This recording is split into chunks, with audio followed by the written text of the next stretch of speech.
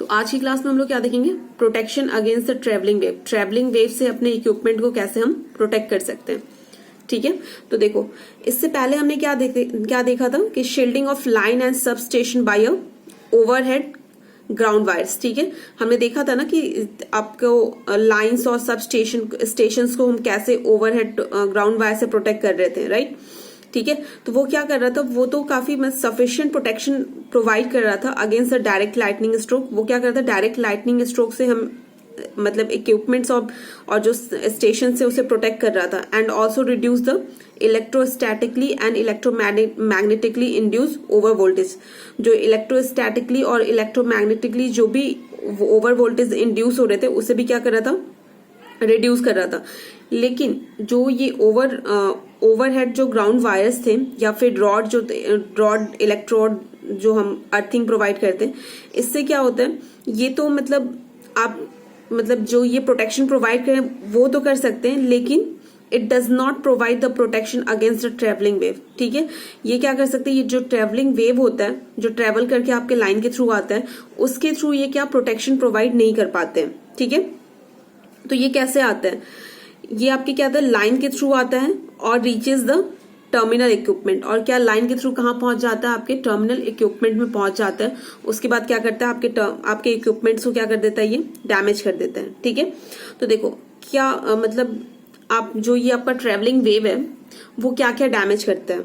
First, अगर internal flash over होगा तो क्या होगा, हाई वोल्टेज आएगा, पीक वोल्टेज आएगा, तो उससे आपका क्या होगा, जो इंसुलेशन होगा वाइंडिंग का वो क्या हो सकता है, डैमेज हो सकता है। ठीक है, अगर इंटरनल फ्लैश ओवर हो रहा है बिटवीन द आपके वाइंडिंग्स जो टर्न्स हैं उसमें हो रहा है ऑफ ट्रांसफॉर्मर, तो वो क्या हो सकता है, आपका वो आपके टर्न्स को मतलब खराब कर सकता है, ओवर आपको जला सकता है। ठीक है, और मान लो कि कोई एक्सटर्नल फ्लैश ओवर होता है आपके इलेक्ट्रिकल इक्विपमेंट्स के टर्मिनल में, तो क्या होता है, उससे आपके हाई वोल्टेज क्या होगा, इंड्यूस होगा, और जो आपका जो इंसुलेटर है जिससे आपने इक्विपमेंट को इंसुलेट कर रखा है वो क्या हो सकता है, वो बर्न आउट हो सकता है, वो जल्द डैमेज हो सकता है। ठीक है, तो ट्रेवलिंग वेव का ये सब चीजें होती है। तो हम इस ट्रेवलिंग वेव से कैसे प्रोटेक्ट करेंगे अपने इक्विपमेंट को, तो देखो तो कुछ मतलब तो देखो हमें कुछ क्या कुछ प्रोटेक्टिव डिवाइस यूज करना पड़ेगा अपने क्या स्टेशन या सब स्टेशन पे for the protection of equipments against the travelling wave. तो हम कैसे कर सकते हैं, जो आपका ट्रेवलिंग वेव है उससे प्रोटेक्ट करने के लिए हमें कुछ प्रोटेक्टिव डिवाइसेस यूज करने पड़ेंगे। तो देखो मैंने फर्स्ट जो यूज किया वो क्या यूज किया, रॉड गैप यूज किया, और सेकंड क्या यूज किया मैंने, suspension string with the arcing horns. ठीक है, ये दो डिवाइसेस हैं जिसके थ्रू हम क्या करेंगे, अपने ट्रेवलिंग वेव को आपके इक्विपमेंट तक जाने से रोकेंगे। ठीक है, तो देखो ये किसका डायग्राम है आपको, ये आपका है रॉड गैप का। तो रॉड गैप क्या होता है, ये आपका जो रॉड गैप होता है ना, rod gap provides the simplest and cheapest protection to the line insulators. आपके यह क्या सबसे चीपेस्ट और सिंपलेस्ट प्रोटेक्शन है आपके लाइन इंसुलेटर को प्रोटेक्ट करता है। ये इक्विपमेंट जो इंसुलेटर से उसे ये प्रोटेक्ट करता है। जो बुशिंग्स होते हैं आपके ट्रांसफार्मर में, इसे ये प्रोटेक्ट करता है। ठीक है, यहां तक समझ में आ गया। तो देखो इसमें क्या होता है, तो आपने ये बुशिंग देखा होगा ट्रांसफार्मर में, ये क्या करता है, आप क्या कैरी करता है, ये एक इंसुलेटर होता है जो आपका करंट कैरिंग जो कंडक्टर्स होते हैं इसके थ्रू क्या होते हैं, ये आते हैं, ताकि जो आपका टैंक है तो टैंक में वो करंट ना लाइव जो करंट, मान लो कि करंट कैरिंग जो कंडक्टर है तो वो टैंक के थ्रू जाएंगे तो क्या हो जाएगा, आपके टैंक में भी करंट आ सकता है। ठीक है, तो उसके प्रोटेक्शन के लिए हम क्या बुशिंग यूज करते हैं, जिसके थ्रू आपके क्या जाते हैं, जो करंट कैरिंग जो कंडक्टर है इसके थ्रू जाते हैं, ये एज अ इंसुलेटर वर्क करता है। ठीक है, तो आपका जो रॉड गैप होता है वो किसके लिए यूज होता है, for the protection of line जो इंसुलेटर्स होते हैं उसके प्रोटेक्शन के लिए, जो इक्विपमेंट्स में इंसुलेटर्स होते हैं उसके प्रोटेक्शन के लिए, एंड बुशिंग ऑफ ट्रांसफार्मर के लिए। ठीक है, तो देखो जैसे मैंने आपको बताया कि जो आपके रॉड गैप होते हैं वो किस में यूज होते हैं, आपके ट्रांसफार्मर बुशिंग में भी यूज होते हैं।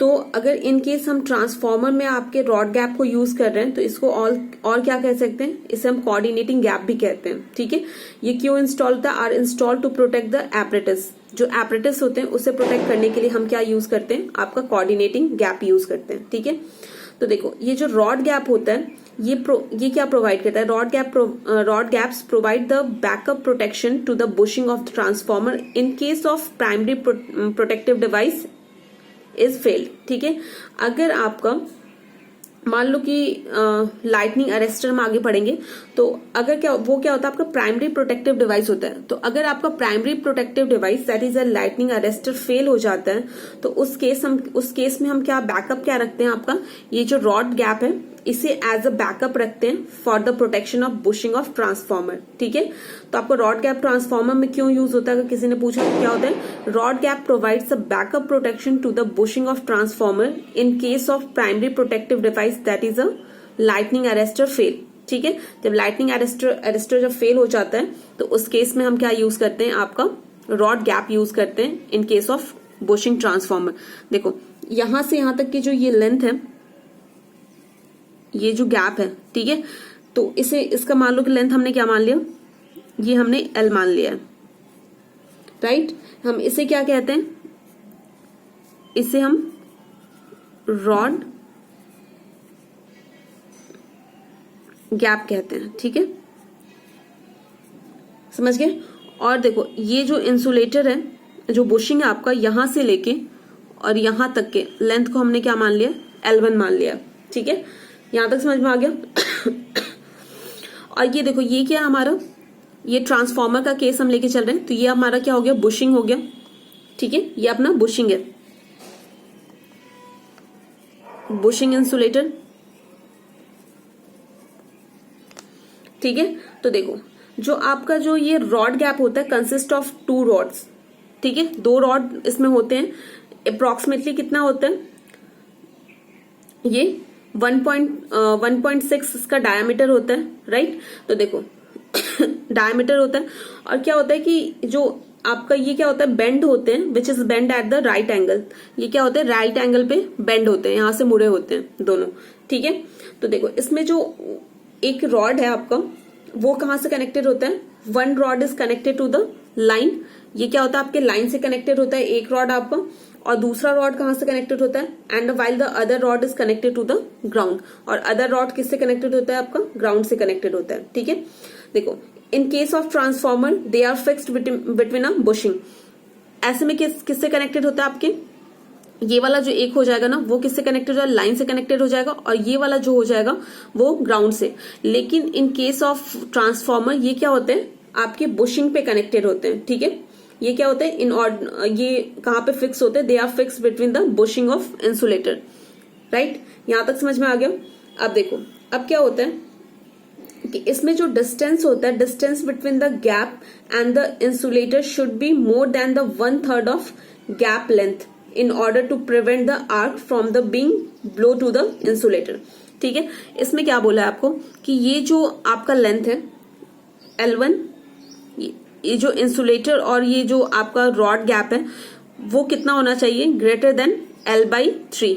इसकी जो लेंथ है, यहां से यहां तक की जो लेंथ ली है, उसकी 1/3 बड़ी होनी चाहिए। ठीक है, ताकि इन दोनों रॉड के बीच में जब आर्क फॉर्मेशन हो तो वो आपके इंसुलेटर तक ना पहुंच पाए। ठीक है, तो इन दोनों के बीच में जो गैप होगी वो कितनी होगी, L1 कितना होगा, L1 is greater than L/3। तो वही बोल रहा है कि the distance between the gap, this is a gap, ठीक है, and the insulator, this one is insulator, should be more than 1/3 of gap length. ठीक है, should be more than the 1/3 of, इससे बड़ा होना चाहिए। क्यों, to in order to protect the arc from being blown to the insulator. क्योंकि क्या होता है कि इन दोनों के बीच में आर्क फॉर्मेशन होता है, तो क्या होगा, अगर पास में होगा तो क्या होगा, आपके इंसुलेटर तक भी वो आर्क जो फॉर्म होगा वो पहुंच सकता है। ठीक है, तो इसके प्रोटेक्शन के लिए क्या होना चाहिए, जो इन दोनों के बीच में जो गैप होना चाहिए should be greater than L/3। यहां तक समझ में आ गया। अब देखो तो इसमें क्या होता है कि जो आपका एक्यूरेट ब्रेकडाउन वैल्यू होता है आपके इस रॉड का, ठीक है, ये क्या होता है, can not be easily predicted. क्यों, क्योंकि जो आपका ये ब्रेकडाउन होता है वो किस पे डिपेंड करता है, एयर पे डिपेंड करता है कि कितना आर्क फॉर्मेशन हो रहा है इन दोनों के बीच में, राइट। अगर मान लो कि हमारा कुछ आपका फॉल्ट आता है तो क्या होगा, इस रॉड के थ्रू आएगा, ठीक है। तो यहाँ पे क्या होगा, इस रॉड के थ्रू आएगा तो इन दोनों के बीच में क्या होगा, एक आर्क फॉर्मेशन होगा जिसके थ्रू क्या होगा, ये आपके ग्राउंड में डिस्चार्ज हो जाएगा, ठीक है। तो यहां तक ये हो गया। और इसमें क्या होता है कि जो आपका, तो देखो जो ये रॉड गैप है इसके कुछ डिसएडवांटेजेस हैं। तो जो आपका आर्क फॉर्म होता है इन दोनों रॉड के बीच में, वो क्या होता है कि arc is maintain after the separation of surge, मतलब सेपरेशन सर्ज जब आपका खत्म भी हो जाता है फॉल्ट, तो उसके बाद भी थोड़ी देर आपका क्या होता है, आर्क मेंटेन रहता है यहाँ पे, ठीक है।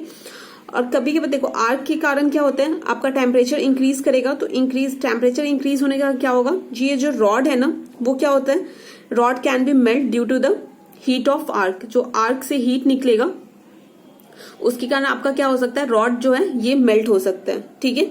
तो और देखो और इसका क्या डिसएडवांटेज है, अगर आपकी क्या एयर में मॉइस्चर होता है and temperature can be effect the working of arrester, क्या मॉइस्चर वगैरह होगा तो आर्क फॉर्मेशन वगैरह में भी क्या होगा, प्रॉब्लम होगा। तो ये क्या हो सकता है, आपके अरेस्टर के वर्क को क्या कर सकता है, अफेक्ट कर सकता है, ठीक है। It can used only for the backup protection, और ये क्या होता है, it is only use for the backup protection, right. अब देखो उसके बाद तो इसके डिसएडवांटेज को ओवरकम करने के लिए हमने क्या यूज किया, आपका ये आर्क हॉर्न जो था वो हमने यूज किया, ठीक है। तो ये क्या करते हैं सॉरी,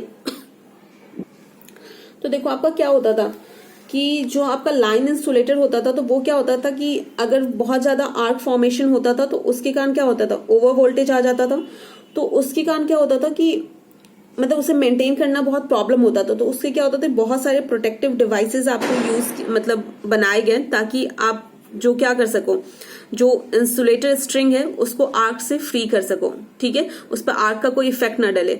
तो उसके लिए हमने उसमें से क्या था, आपका आर्किंग हॉर्न था, ये वाला जो आप देख रहे हो, this one is arcing horn is one of the such protective device, ठीक है। इसमें क्या होता है, it consist of 2 small horns, right, ये 2 स्मॉल हॉर्न्स होते हैं इसमें, ये आपके जो देख रहे हैं ये हॉर्न्स हैं। ये क्या होता है, it is attach to the clamp of the line insulator string. ये क्या होता है, ऊपर जो लाइन आपके इंसुलेटर स्ट्रिंग्स जो होते हैं उससे कनेक्टेड होते हैं, ठीक है। और ये क्या होता है, जो हॉर्न होता है ये क्या होता है, ये लार्ज स्प्रेड होता है दोनों ओर, ठीक है। देखो ये दोनों तरफ आप क्या है, स्प्रेड है, ठीक है। Both at the top of the insulator and the clamp are required to be effective, ठीक है। ये काफी वाइडली स्प्रेड होता है ताकि ये अपना काम क्या सके, अफेक्टली कर सके, ठीक है। अब देखो इसमें क्या होता है, ये क्या करता है आपका, तो ये जो आर्क हॉर्न है ये आपका क्या करता है, ये क्या, protection of line insulator by a arcing horn is specially used in a hilly area. ये कहाँ यूज करते हैं, आपको हिली एरिया में स्पेशली इसे यूज करते हैं, ठीक है। तो अगर कोई भी फॉल्ट आता है तो क्या होगा, आपका जो भी फॉल्ट आएगा तो उसके कारण क्या होगा, आपका ये जो 2 हॉर्न्स दिख रहे हैं इन दोनों के बीच में क्या होगा, आर्क फॉर्मेशन होगा। और वो क्या करते हैं, जो आपका आर्क होता है, arc will usually take path between the horns and the shield करता है आपके इंसुलेटर स्ट्रिंग्स को, ठीक है, फ्रॉम द आर्क। ये क्या करता है कि इन दोनों के बीच में आर्क फॉर्मेशन होता है और क्या होता है, उसके थ्रू आपका डिस्चार्ज हो जाता है आपका जो भी करंट है, ठीक है। तो इस तरह से क्या करता है, आपके ये लाइन इंसुलेटर को प्रोटेक्ट कर लेता है, ठीक है। तो ये था आपका रॉड गैप और ये था आपका आर्क हॉर्न।